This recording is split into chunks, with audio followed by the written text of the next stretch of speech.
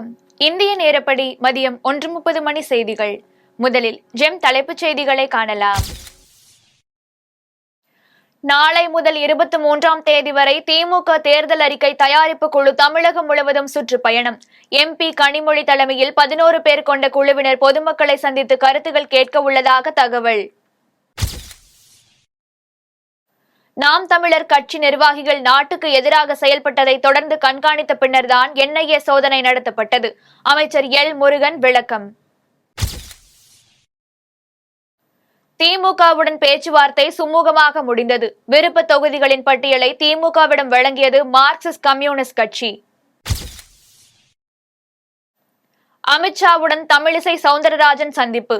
மக்கள் நலத்திட்டங்கள் குறித்து கலந்துரையாடியதாக தகவல். பேரிடர் சூழலை எவ்வாறு கையாள்வது என்பது குறித்து நாம் அனைவரும் கூடுதலாக கற்றுக்கொள்ள வேண்டும். தலைமை செயலர் சிவ்தாஸ் மீனா அறிவுரை. சென்னை கோயம்பேடு காய்கறி சந்தையில் 1 கிலோ பூண்டு 500 ரூபாய்க்கு விற்பனை. இல்லத்தரசிகள் கவலை. தமிழகத்தை ஆளும் தகுதியும் திறமையும் பாமகவுக்கு உண்டு. பாமக தலைவர் அன்புமணி ராமதாஸ் பெருமிதம். வாணியம்பாடி அருகே வளையம்பட்டு ரயில்வே மேம்பாலத்தில் கார் தடுப்பு வேலி மீது மோதி விபத்து. ஒருவர் பலி, 4 பேர் படுகாயம். அமெரிக்காவின் சிலி வனப்பகுதியில் ஏற்பட்ட தீ விபத்து. பலி எண்ணிக்கை 51ஆக உயர்வு. இனி விரிவான செய்திகளை காணலாம். நாளை முதல் 23ஆம் தேதி வரை திமுக தேர்தல் அறிக்கை தயாரிப்பு குழு தமிழகம் முழுவதும் சுற்றுப்பயணம் மேற்கொள்கிறது. இதுகுறித்து திமுக தலைமை வெளியிட்டுள்ள அறிக்கையில், திமுக தேர்தல் அறிக்கை தயாரிப்பு குழு நாளை தூத்துக்குடிக்கு செல்கிறது. MP கனிமொழி தலைமையிலான 11 பேர் கொண்ட குழுவினர் தூத்துக்குடியில் பொதுமக்களை சந்தித்து கருத்துக்களை கேட்கின்றனர். 6ஆம் தேதி கன்னியாகுமரி, 7ஆம் தேதி மதுரை, 8ஆம் தேதி தஞ்சாவூர், 9ஆம் தேதி சேலம், 10ஆம் தேதி கோவை, 11ஆம் தேதி திருப்பூர், 16ஆம் தேதி ஓசூர், 17ஆம் தேதி வேலூர், 18ஆம் தேதி ஆரணி, 20ஆம் தேதி விழுப்புரம், 21, 22, 23 ஆகிய தேதிகளில் சென்னை ஆகிய நகரங்களில் சுற்றுப்பயணம் மேற்கொள்ளும். இந்த நகரங்களுக்கு கட்சியின் தேர்தல் அறிக்கை தயாரிப்பு குழு வருவதற்கு முன்பாக இக்குழு வருவதை உள்ளூர் பத்திரிகைகளில் விளம்பரப்படுத்துவதோடு கோரிக்கை மனு பெறுவதற்கான இடவசதி உள்ளிட்ட அனைத்து வசதிகளையும் ஏற்படுத்த வேண்டும் என அந்தந்த மாவட்ட கழக செயலாளர்கள் கேட்டுக் கொள்ளப்படுகிறார்கள் என்று அதில் தெரிவிக்கப்பட்டுள்ளது. நாம் தமிழர் கட்சி நிர்வாகிகள் நாட்டுக்கு எதிராக செயல்பட்டதை தொடர்ந்து கண்காணித்த பிறகே NIA சோதனைகள் நடத்தப்பட்டது என்று ஒன்றிய இணையமைச்சர் எல் முருகன் விளக்கம் அளித்துள்ளார். தமிழ்நாட்டில் 6 இடங்களில் NIA நடத்திய சோதனையில் முக்கிய ஆவணங்கள் பறிமுதல் செய்யப்பட்டுள்ளதாக தகவல் வெளியாகியுள்ளது. சென்னை, திருச்சி, கோவை, சிவகங்கை, தென்காசியில் தேசிய புலனாய்வு முகமை அதிகாரிகள் சோதனை மேற்கொண்டதில் பல முக்கிய ஆவணங்கள் பறிமுதல் செய்யப்பட்டிருப்பதாக தெரிவிக்கப்பட்டிருக்கிறது. நாம் தமிழர் கட்சியை சேர்ந்த பிரமுகர்களின் வீடுகளில் NIA அதிகாரிகள் சோதனை மேற்கொள்ளப்பட்ட நிலையில் சோதனையின் போது லேப்டாப், 8 சிம் கார்டுகள், 7 மொபைல் போன்கள் உள்ளிட்டவற்றையும் NIA அதிகாரிகள் பறிமுதல் செய்துள்ளதாக தெரிவிக்கப்பட்டிருந்தனர். தடை செய்யப்பட்ட அமைப்பின் ஆதரவாளர்களாக செயல்பட்ட விவகாரத்தில் சோதனை நடத்தப்பட்டதாக NIA அதிகாரிகள் தகவல் தெரிவித்துள்ளனர். இந்நிலையில் நாம் தமிழர் கட்சி நிர்வாகிகள் நாட்டுக்கு எதிராக செயல்பட்டதை தொடர்ந்து கண்காணித்த பிறகே NIA சோதனை நடத்தப்பட்டது. நாம் தமிழர் கட்சி நிர்வாகிகள் வீடுகளில் சோதனை நடத்திய NIA அவர்களை கைது செய்யவும் நடவடிக்கை எடுத்துள்ளது என்று எல் முருகன் விளக்கம் அளித்துள்ளார். திமுகவுடன் பேச்சுவார்த்தை சுமூகமாக இருந்தது என்று மார்க்சிஸ்ட் கம்யூனிஸ்ட் கட்சி தெரிவித்துள்ளது. சென்னை அண்ணா அறிவாலயத்தில் திமுக, CPM இடையேயான நாடாளுமன்ற தேர்தல் தொகுதி பங்கீடு தொடர்பான முதல்கட்ட பேச்சுவார்த்தை இன்று நடைபெற்றது. திமுக பொருளாளர் TR பாலு தலைமையிலான பேச்சுவார்த்தை குழுவுடன் CPM கட்சி உறுப்பினர்கள் சம்பத், சண்முகம், கனகராஜ் உள்ளிட்டோர் பேச்சுவார்த்தை நடத்தினர். அப்போது 5 விருப்ப தொகுதிகளின் பட்டியலை திமுகவிடம் மார்க்சிஸ்ட் கம்யூனிஸ்ட் கட்சி வழங்கியுள்ளதாக தகவல்கள் வெளியாகியுள்ளன. அப்போது திமுகவுடனான பேச்சுவார்த்தை சுமூகமான முறையில் நடைபெற்றது. இரு தரப்பினரும் மனம் திறந்து கருத்துக்களை பரிமாறிக்கொண்டோம். கடந்த தேர்தலை விட இந்த முறை கூடுதல் தொகுதிகளை ஒதுக்க வேண்டும் என கோரிக்கை வைத்துள்ளோம் என்று கூறினர். மக்கள் நலத்திட்டங்கள் குறித்து அமித்ஷாவுடன் கலந்துரையாடியதாக தமிழிசை சவுந்தரராஜன் தெரிவித்துள்ளார். மத்திய உள்துறை மந்திரி அமித்ஷாவை தெலுங்கானா கவர்னரும் புதுச்சேரி துணைநிலை கவர்னருமான தமிழிசை சவுந்தரராஜன் சந்தித்தார். டெல்லியில் நடைபெற்ற இந்த சந்திப்பு மரியாதை நிமித்தமாக நடைபெற்றது என உள்துறை அமைச்சக வட்டாரங்கள் தெரிவித்துள்ளன. இதுகுறித்து தனது எக்ஸ் வலைதள பக்கத்தில் பதிவிட்டுள்ள தமிழிசை சவுந்தரராஜன், மத்திய உள்துறை அமைச்சர் அமித்ஷாவை டெல்லியில் சந்தித்து புதுச்சேரி மற்றும் தெலுங்கானா மாநிலங்களில் மக்கள் நலத்திட்டங்கள் குறித்து கலந்துரையாடினேன் என்று பதிவிட்டுள்ளார். பேரிடர் சூழலை எவ்வாறு கையாள்வது என்பது குறித்து நாம் அனைவரும் கூடுதலாக கற்றுக்கொள்ள வேண்டும் என தலைமை செயலர் சிவ்தாஸ் மீனா தெரிவித்துள்ளார்.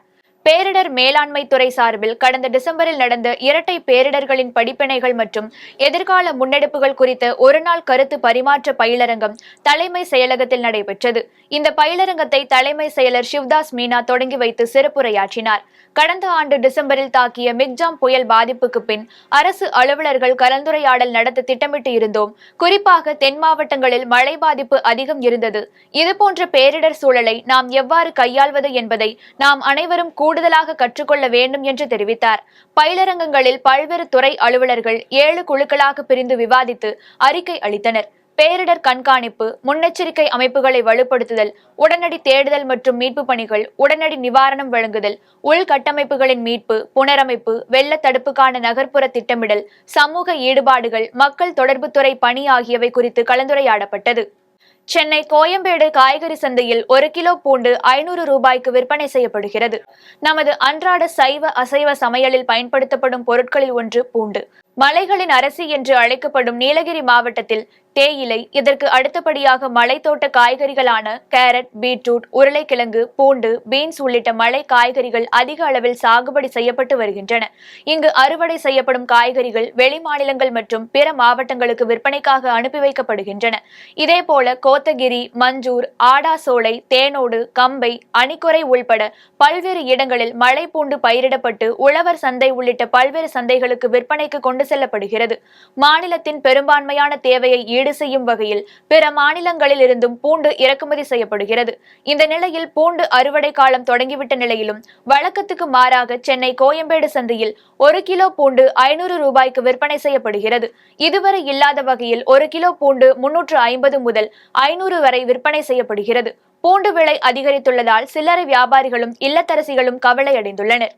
தமிழகத்தை ஆளும் தகுதியும் திறமையும் பாமகவுக்கு உண்டு என்று பாமக தலைவர் அன்புமணி ராமதாஸ் தெரிவித்துள்ளார். சேலம் நாடாளுமன்ற தொகுதிக்குட்பட்ட ஓமலூர், வீரபாண்டி ஆகிய சட்டமன்ற தொகுதிகளில் வாக்குச்சாவடி களப்பணியாளர்கள் கலந்தாய்வு கூட்டம் பாமக தலைவர் அன்புமணி ராமதாஸ் தலைமையில் நடைபெற்றது. கூட்டத்தில் பேசிய அன்புமணி ராமதாஸ், சேலம் மாவட்டம் பாமகவின் கோட்டை என்றார். தமிழகத்தை ஆள்வதற்கு அனைத்து தகுதியும் திறமையும் பாமகவுக்கு உண்டு என்றும், ஆனால் அதிகாரம் மட்டும் கிடையாது என்றும் அவர் தெரிவித்தார். கட்சி தொடங்கி 34 ஆண்டு காலமாக பல்வேறு போராட்டங்களை நடத்தி மக்களின் உரிமைகளை பெற்றுத்தந்ததாகவும், இதுவே அதிகாரம் பாமகவின் கையில் இருந்தால் ஒரு கையெழுத்து போதும் என்றும் போராட்டங்கள் நடத்த தேவை இருக்காது என்றும் அவர் கூறினார். இலங்கையிலிருந்து கடத்தி வரப்பட்ட 2.5 கோடி மதிப்பிலான தங்கம் பறிமுதல் செய்யப்பட்டது. இலங்கையிலிருந்து கடல் வழியாக நாட்டு படகின் மூலம் கடத்தி வரப்பட்ட தங்கத்தை பாம்பன் அருகில் உள்ள குந்து கால் பகுதியில் மீன்பிடி துறைமுகத்தில் வைத்து திருச்சி மத்திய நுண்ணறிவு பிரிவு சுங்கத்துறையினர் ஒருவரை கைது செய்தனர். அவரிடமிருந்து சுமார் 2.5 கோடி மதிப்பிலான 4 கிலோ தங்கத்தையும் ஒரு நாட்டு படகு மற்றும் இருசக்கர வாகனம் ஒன்றையும் பறிமுதல் செய்து விசாரணை நடத்தி வருகின்றனர். தென் மாவட்டங்களில் வெள்ளம் பாதித்த பகுதிகளில் ஈரோடு மாநகராட்சியில் இருந்து சென்று சிறப்பாக பணியாற்றிய தூய்மை பணியாளர்களை பாராட்டி நற்சான்றிதழ்களை வீட்டு வசதித்துறை அமைச்சர் முத்துசாமி வழங்கினார். ஈரோடு மாநகராட்சி அலுவலகத்தில் பல்வேறு நலத்திட்ட உதவிகள் வழங்குதல் மற்றும் தூத்துக்குடி மாவட்டங்களில் வெள்ளம் பாதித்த பகுதிகளில் பணியாற்றிய தூய்மை பணியாளர்களை பாராட்டி சான்றிதழ் மற்றும் ஊக்கத்தொகை வழங்கும் நிகழ்ச்சி நடைபெற்றது. நிகழ்ச்சியில் பேசிய அமைச்சர் முத்துசாமி, சாலைகளில் போடப்படும் குப்பைகள் மற்றும் பிளாஸ்டிக் பாட்டில்கள் சாக்கடையில் தேங்கி மழைக்காலத்தில் அடைப்பு ஏற்படுகிறது என்பதை மக்களிடையே கொண்டு செல்ல வேண்டும் என்றார். இதனைத் தொடர்ந்து 100 தூய்மை பணியாளர்களுக்கு நற்சான்றிதழ்கள், ஓய்வு பெற்றவர்களுக்கு ஓய்வூதியம் மற்றும் அப்துல் கனி ஜவுளி வணிக வளாகத்தில் 141 கடை ஒதுக்கீடு உத்தரவுகளை அமைச்சர் முத்துசாமி வழங்கினார். இதில் வீட்டு வசதி துறை அமைச்சர் முத்துசாமி, ஈரோடு கிழக்கு தொகுதி சட்டமன்ற உறுப்பினர் EVKS இளங்கோவன், மாவட்ட ஆட்சியர் ராஜகோபால் சுன்கரா உள்ளிட்ட பலர் கலந்து கொண்டனர். ராமநாதபுரத்தில் 164 பயனாளிகளுக்கு 83.60 லட்சம் ரூபாய் மதிப்பீட்டில் நலத்திட்ட உதவிகளை அமைச்சர் அனிதா ராதாகிருஷ்ணன் வழங்கினார். ராமநாதபுரத்தில் பேரறிஞர் அண்ணாவின் 55வது நினைவு தினத்தை முன்னிட்டு ராமநாதபுரம் புதிய பேருந்து நிலையம் அருகே உள்ள அண்ணா சிலைக்கு மீன்வளத்துறை அமைச்சர் அனிதா ராதாகிருஷ்ணன் மாலை அணிவித்து மரியாதை செலுத்தினார். இதையடுத்து ராமநாதபுரம் மாவட்ட ஆட்சியர் அலுவலக கூட்ட அரங்கில் விபத்து காப்பீடு நிவாரணத் தொகை வழங்கும் விழா நடைபெற்றது. இதில் மீனவர் நலத்துறை மூலம் 164 பயனாளிகளுக்கு 83.60 லட்சம் ரூபாய் மதிப்பீட்டில் நலத்திட்ட உதவிகளை அமைச்சர் அனிதா ராதாகிருஷ்ணன் வழங்கினார். இதில் ராமநாதபுரம் சட்டமன்ற உறுப்பினர் காதர் பாட்ஷா முத்துராமலிங்கம், நகர்மன்ற தலைவர் RK கார்மேகம், துணைத் தலைவர் பிரவீன் தங்கம் மற்றும் திமுக நிர்வாகிகள் பலர் கலந்து கொண்டனர்.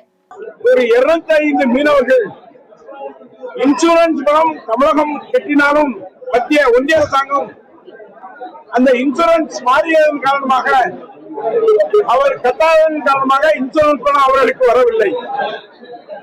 இதையெல்லாம் வெகுகாலமாக பல்வேறு பேரும் கேட்டாலும் யாரும் எந்த வகையிலாவது மத்திய அரசாங்கத்திடம் ஒன்றிய அரசாங்கத்திடமிருந்து அந்த நிதியை பெறலாம் என்ற வகையிலே பல்வேறு முயற்சிகளை செய்தார்கள். மன்மு முதலமைச்சர் அவருடைய மேலான கவனத்துக்கு கொண்டு சென்றோம். அவர்கள் தரவில்லை என்றாலும் பரவாயில்லை, நம்முடைய அரசாங்கத்தின் மூலம் அவர்களுக்கு அந்த நிவாரணத்தை வழங்குவோம் என்ற வகையில 205 மீனவர்கள், கடலிலே காணாமல் போன மீனவர்களுக்கு 205 மீனவர்களுக்கு சென்னை எழும்பூர் ராஜரத்தினம் விளையாட்டு மைதானத்தில் இழந்த பொருட்களை உரியவர்களிடம் ஒப்படைக்கும் நிகழ்ச்சி நடைபெற்றது. கடந்த ஆண்டு பல்வேறு சூழ்நிலையில் நகை, பணம், செல்போன், மடிக்கணினி போன்ற விலை உயர்ந்த பொருட்களை இழந்தவர்கள் புகார் அளித்திருந்தனர். புகாரின் பேரில் கட்டுக்கட்டாக பணம், ஜொலிக்கும் தங்க நகைகள், வகை வகையான செல்போன்கள் மற்றும் இருசக்கர வாகனம் மற்றும் ஆட்டோ என தரம் பிரிக்கப்பட்ட பொருட்கள் அனைத்தும் எழும்பூர் ராஜரத்தினம் விளையாட்டு மைதான அரங்கில் காட்சிப்படுத்தி வைக்கப்பட்டிருந்தது. இதனையடுத்து அனைத்து பொருட்களும் சம்பந்தப்பட்ட நபர்களிடம் பத்திரமாக ஒப்படைக்கப்பட்டது. மேலும் மகளின் திருமணத்துக்காக வீட்டில் வாங்கி வைத்திருந்த கொள்ளை போன நகைகளை மீட்டுக் கொடுத்த போலீசாருக்கு பெண் ஒருவர் கைகூப்பி கண்ணீர் மல்க நன்றி தெரிவித்தது அனைவரையும் நெகிழ வைத்தது. இதுகுறித்து சென்னை பெருநகர காவல் ஆணையர் சந்தீப் ராய் ரத்தோர் செய்தியாளர்களை சந்தித்த போது இதனை தெரிவித்தார். சில ப்ராப்பர்ட்டிஸ் இன்னைக்கு அவங்களை ரிட்டர்ன் பண்றோம். அதுல முக்கியமான கேட்டனா 3337 சவரன் தங்கம் நகைகள், 50 கிலோ வெள்ளி நகைகள்,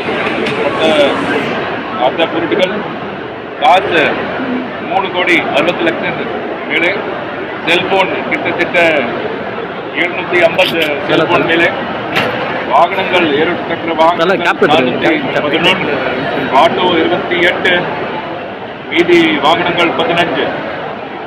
இது கிட்டத்தட்ட 20 கோடி பொருட்கள். சிசிபி பொருட்கள் கேட்டானா அதை இன்னொரு 785 கோடி. புதுக்கோட்டை அருகே மனநலம் பாதிக்கப்பட்ட ஒரு பெண் ஆடைகள் இன்றி சாலையோரத்தில் இருந்ததை அறிந்த கோட்டாட்சியர் அப்பெண்ணை மீட்டு மாவட்ட மனநல காப்பகத்தில் ஒப்படைத்தார். புதுக்கோட்டை மாவட்டம் வம்பன் அருகே பட்டுக்கோட்டை சாலையில் 50 வயது மதிக்கத்தக்க பெண் ஒருவர் ஆடைகள் இன்றி சாலை ஓரத்தில் கிடந்துள்ளார். இதனை பார்த்த அவ்வழியே சென்ற இளம்பெண் ஒருவர் அதிர்ச்சியடைந்து இதுகுறித்து சமூக ஆர்வலர்களுக்கும் புதுக்கோட்டை கோட்டாட்சியர் முருகேசனுக்கும் தகவல் தெரிவித்துள்ளார்.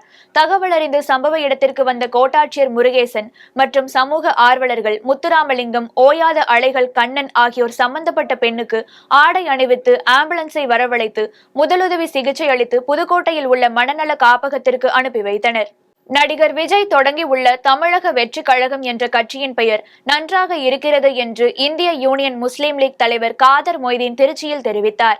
திருச்சியில் இந்திய யூனியன் முஸ்லீம் லீக் கட்சியின் மாணவர் அமைப்பான முஸ்லிம் மாணவர் பேரவையின் மாநில பொதுக்குழு கூட்டம் நடைபெற்றது. கூட்டத்தில் இந்திய யூனியன் முஸ்லீம் லீக் கட்சியின் தேசிய தலைவர் காதர் மொய்தீன் கலந்து கொண்ட பின்னர் செய்தியாளர்களை சந்தித்தார். அப்போது இவ்வாறு தெரிவித்தார். தமிழ்நாட்டை பொறுத்த வரைக்கும் தமிழகம் அப்படிங்கிற பேரை வச்சிருக்கிற 21 கட்சிக்கு மேலே பதிவாக இருக்கு.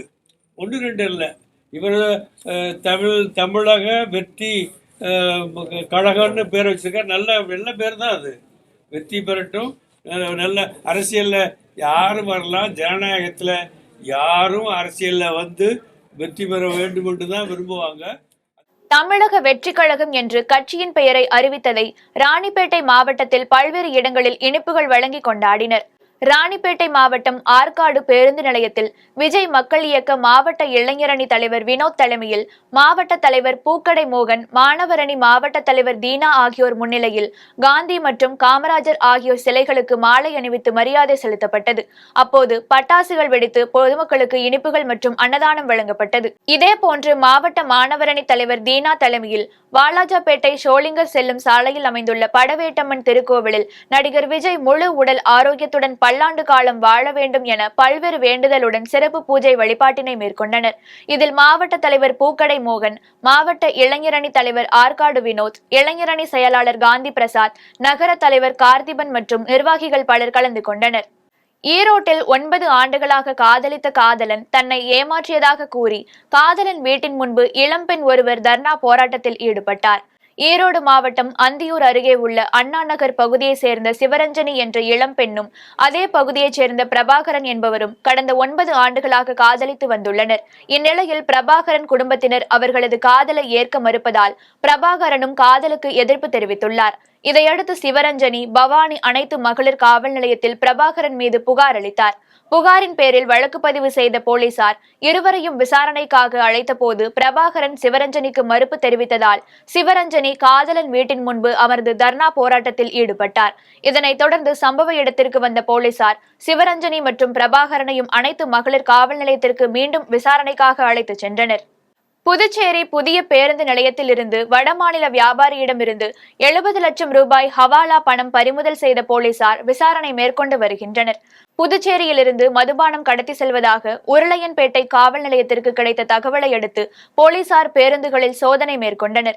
சோதனையில் புதுச்சேரியில் சிறிய மொபைல் கடை நடத்தி வரும் ராஜஸ்தான் மாநிலத்தை சேர்ந்த பீம்சிங் என்பவரது பையில் 70 லட்சம் ரூபாய் ரொக்கம் இருப்பதை போலீசார் கண்டறிந்தனர். இதுகுறித்து விசாரணை நடத்தியதில் உரிய ஆவணங்கள் இல்லாததால் 70 லட்சம் ரூபாய் பணத்தை போலீசார் பறிமுதல் செய்தனர். இது தொடர்பாக சென்னை வருமான வரித்துறைக்கு தகவல் தெரிவிக்கப்பட்டதை அடுத்து புதுச்சேரி வந்த சென்னை வருமான வரித்துறை அதிகாரிகள் பீம்சிங்கை கைது செய்து 70 லட்சம் ரூபாய் பணத்தை பறிமுதல் செய்தனர். நெய்வேலியில் பல்வேறு கோரிக்கைகளை வலியுறுத்தி ஒப்பந்த தொழிலாளர்கள் ஆர்ப்பாட்டத்தில் ஈடுபட்டனர். கடலூர் மாவட்டம் நெய்வேலியில் NLC இந்தியா நிறுவனம் செயல்பட்டு வருகிறது. இந்நிறுவனத்தில் சுமார் 10,000க்கும் மேற்பட்ட தொழிலாளர்கள் ஒப்பந்த அடிப்படையில் பணி மேற்கொண்டு வருகின்றனர். இந்நிலையில் நிரந்தர தொழிலாளர்களுக்கு காவேரி மருத்துவமனையில் கட்டணம் வசூலிக்கப்படாமல் ஒப்பந்த தொழிலாளர்களுக்கு அதிக கட்டணம் வசூல் செய்யப்பட்டு வருவது உட்பட பல்வேறு கோரிக்கைகள் வலியுறுத்தப்பட்டது. ஆர்ப்பாட்டத்தில் சுமார் 100க்கும் மேற்பட்ட ஒப்பந்த தொழிலாளர்கள் கலந்து கொண்டனர். ஒட்டன் சத்திரத்தில் சுமார் 200க்கும் மேற்பட்டோர் மாற்று கட்சியிலிருந்து விலகி திமுகவில் இணைந்தனர். திண்டுக்கல் மாவட்டம் ஒட்டன் சத்திரத்தில் உணவுத்துறை அமைச்சர் சக்கரபாணி முன்னிலையில் நகராட்சி மன்ற தலைவர் வெள்ளைச்சாமி, திமுக பிரதிநிதி சண்முகம் உட்பட பலர் மாற்று கட்சியிலிருந்து விலகி திமுகவில் இணைந்தனர். இதுகுறித்து அமைச்சர் சக்கரபாணி கூறுகையில், திமுக கட்சியில் தமிழக முதல்வர் மு.க. ஸ்டாலின் அனைவருக்காகவும் அயராது உழைத்துக் கொண்டு வருகிறார் என்று கூறிய அவர், வரும் நாடாளுமன்ற தேர்தலிலும் திமுகவின் வெற்றிக்காக பாடுபடுவோம் என்று தெரிவித்தார். தமிழகத்தில் பல்வேறு இடங்களில் மறைந்த முன்னாள் முதல்வர் அறிஞர் அண்ணாவின் 55ஆம் ஆண்டு நினைவு நாள் அனுசரிக்கப்பட்டதை சிறப்பு தொகுப்பாக காணலாம்.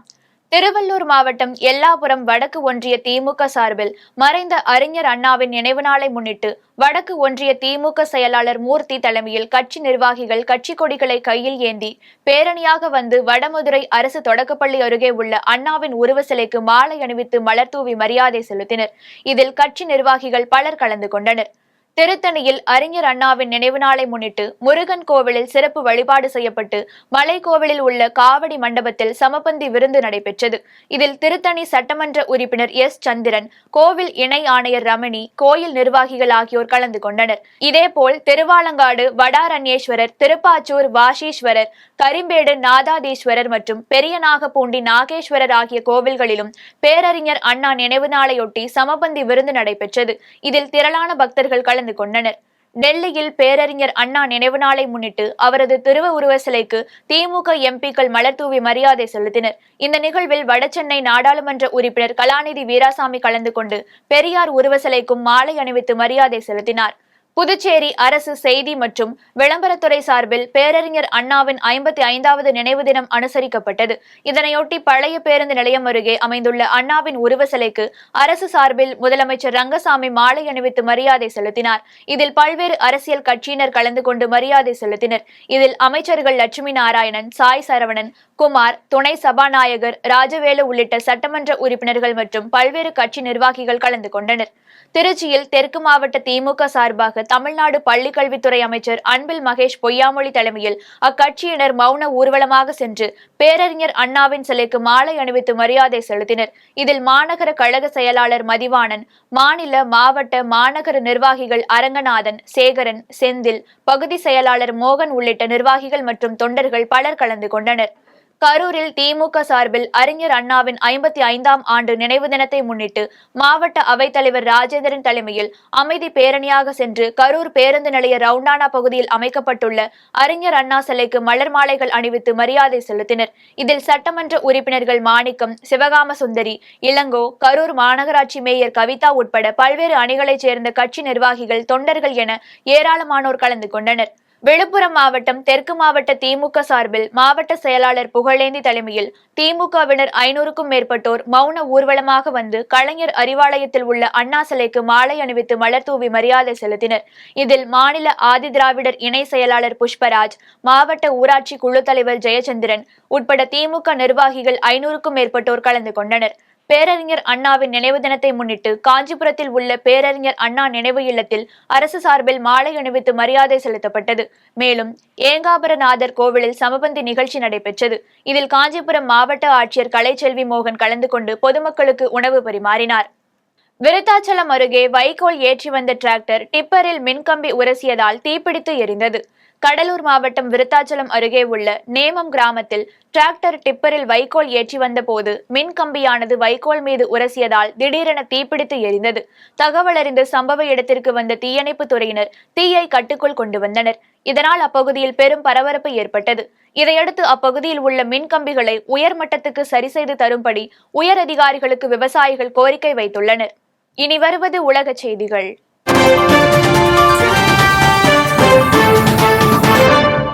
அமெரிக்காவின் சிலியில் உள்ள வனப்பகுதியில் ஏற்பட்ட தீ விபத்தில் சிக்கி பலியானோர் எண்ணிக்கை 51ஆக உயர்ந்துள்ளது. அமெரிக்காவில் உள்ள சிலி மற்றும் மத்திய சிலி ஆகிய பகுதிகளில் இருக்கும் வனப்பகுதியில் நேற்று திடீரென தீ பற்றியது. இந்த தீ விபத்தால் அங்கிருந்த 1000க்கும் மேற்பட்ட வீடுகளுக்கு தீ மளமளவென பரவியது.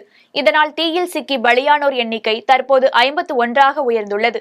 இதுகுறித்து சிலியின் பிரதமர் கேப்ரியல் போரிக் கூறுகையில், வல்பரைசோ மாகாணத்தில் இறப்பு எண்ணிக்கை அதிகரித்து வருவதாகவும் தீயணைப்பு வீரர்கள் மீட்பு பணிகளில் சவாலை எதிர்கொள்வதாகவும் தெரிவித்தார். மேலும் 19 ஹெலிகாப்டர்கள் மற்றும் 450 மீட்பு வீரர்கள் பணியில் ஈடுபடுத்தப்பட்டுள்ளனர் என்று கூறிய அவர், தீ விபத்து ஏற்பட்ட இடங்களில் சிவப்பு எச்சரிக்கை பிறப்பிக்கப்பட்டுள்ளது என்றும் தெரிவித்தார். இனி வருவது விளையாட்டுச் செய்திகள்.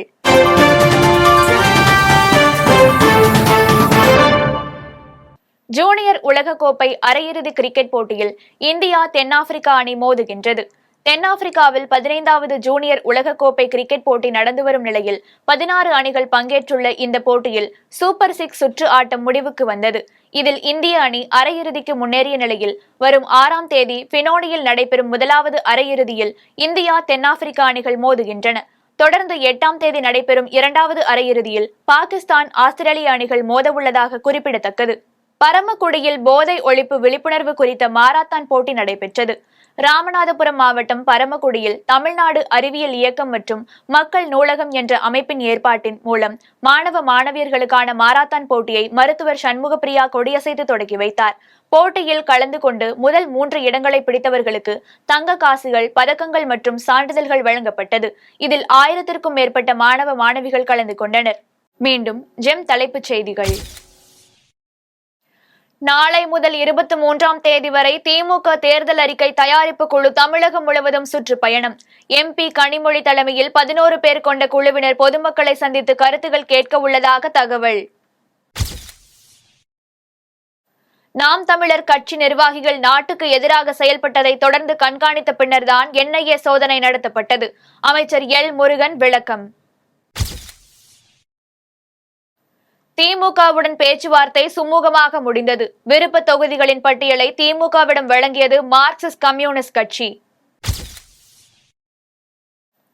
அமித்ஷாவுடன் தமிழிசை சவுந்தரராஜன் சந்திப்பு, மக்கள் நலத்திட்டங்கள் குறித்து கலந்துரையாடியதாக தகவல். பேரிடர் சூழலை எவ்வாறு கையாள்வது என்பது குறித்து நாம் அனைவரும் கூடுதலாக கற்றுக்கொள்ள வேண்டும். தலைமை செயலர் சிவ்தாஸ் மீனா அறிவுரை. சென்னை கோயம்பேடு காய்கறி சந்தையில் 1 கிலோ பூண்டு 500 ரூபாய்க்கு விற்பனை, இல்லத்தரசிகள் கவலை. தமிழகத்தை ஆளும் தகுதியும் திறமையும் பாமகவுக்கு உண்டு, பாமக தலைவர் அன்புமணி ராமதாஸ் பெருமிதம். வாணியம்பாடி அருகே வளையம்பட்டு ரயில்வே மேம்பாலத்தில் கார் தடுப்பு வேலி மீது மோதி விபத்து, ஒருவர் பலி, 4 பேர் படுகாயம்.